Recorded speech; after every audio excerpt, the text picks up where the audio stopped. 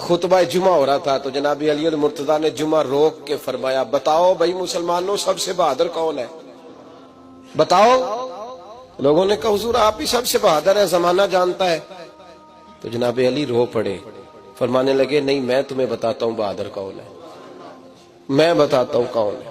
میں جب اللہ مجھے توفیق دیتا نا میں حرم کعبہ جاتا ہوں تو میں جب خانہ کعبہ کے پاس بیٹھتا ہوں نا تو میں یہ والی حدیث یاد کرتا ہوں، یہ روایت میری آنکھوں کے سامنے آتی ہے، اس کو میں اپنے ذہن میں حاشیہ خیال میں لاتا ہوں۔ جناب علی المرتضیٰ فرمانے لگے میں بتاتا ہوں بہادر کون ہے۔ جناب کون ہے؟ فرمانے لگے ایک دن ایسا بھی آیا کہ مکے کے سارے سردار کٹھے ہو کے محبوب پاک پہ حملہ کرنے لگے، حضور کو گرا لیا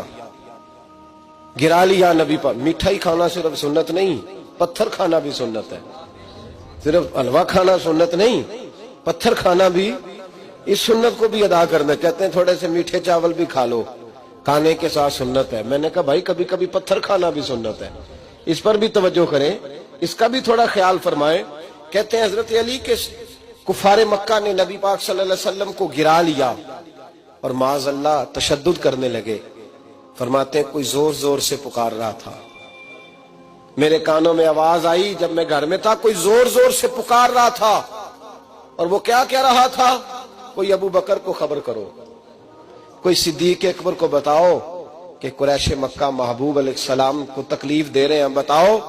حضرت علی کہتے ہیں جب تک میں باہر نکلا تو میں نے ابو بکر کو دوڑتے ہوئے دیکھا، صدیق اکبر کے پیروں میں جوتا کوئی نہیں، سر پہ ٹوپی کوئی نہیں، تینوں لب دیاں آپ گواچے، سانو اپنی خبر نہیں کوئی۔ کہتے ہیں بھاگتے جا رہے ہیں، اور پھر جب صدیق اکبر پہنچے تو میں دوڑا آ رہا تھا اور منظر دیکھ بھی رہا تھا کہ ابو بکر صدیق نے ایک کافر کو ادھر پھینکا، دوسرے کو ادھر پھینکا، تیسرے کو ادھر، اور ساتھ ساتھ فرماتے جا رہے ہیں ظالموں اسے مارتے ہو جو تمہیں جنت کا راستہ دکھاتا ہے، ظالموں ان پر تشدد کرتے ہو جو تمہیں جہنم سے بچاتے ہیں، جو تمہیں اللہ کا قرب دیتے ہیں، جو تمہیں دنیا کی آزمائشوں سے بچانے آئے۔ کہتے ہیں جب جناب صدیق اکبر نے دیکھا کہ پیچھے نہیں ہٹ رہے، بڑا مشکل کام نہیں کسی کے حصے کی مار کھانا، دین کا نام لے کے اپنا قد اونچا کرنا بڑا آسان ہے، لیکن 4 اینٹیں اٹھا کے کسی مسجد میں لگانی پڑ جائیں تو لوگوں کی شان میں کمی آتی ہے معاذ اللہ۔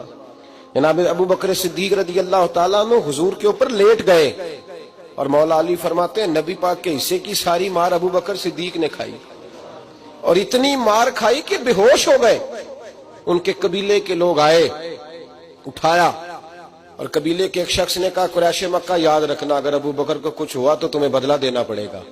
لے گئے۔ ان کی اماں کہتی ہیں ساری رات میں اپنے بیٹے کے زخم دھوتی رہی اور میں روتی رہی، ساری رات میں پٹیاں کرتی رہی اور میں پریشان رہی۔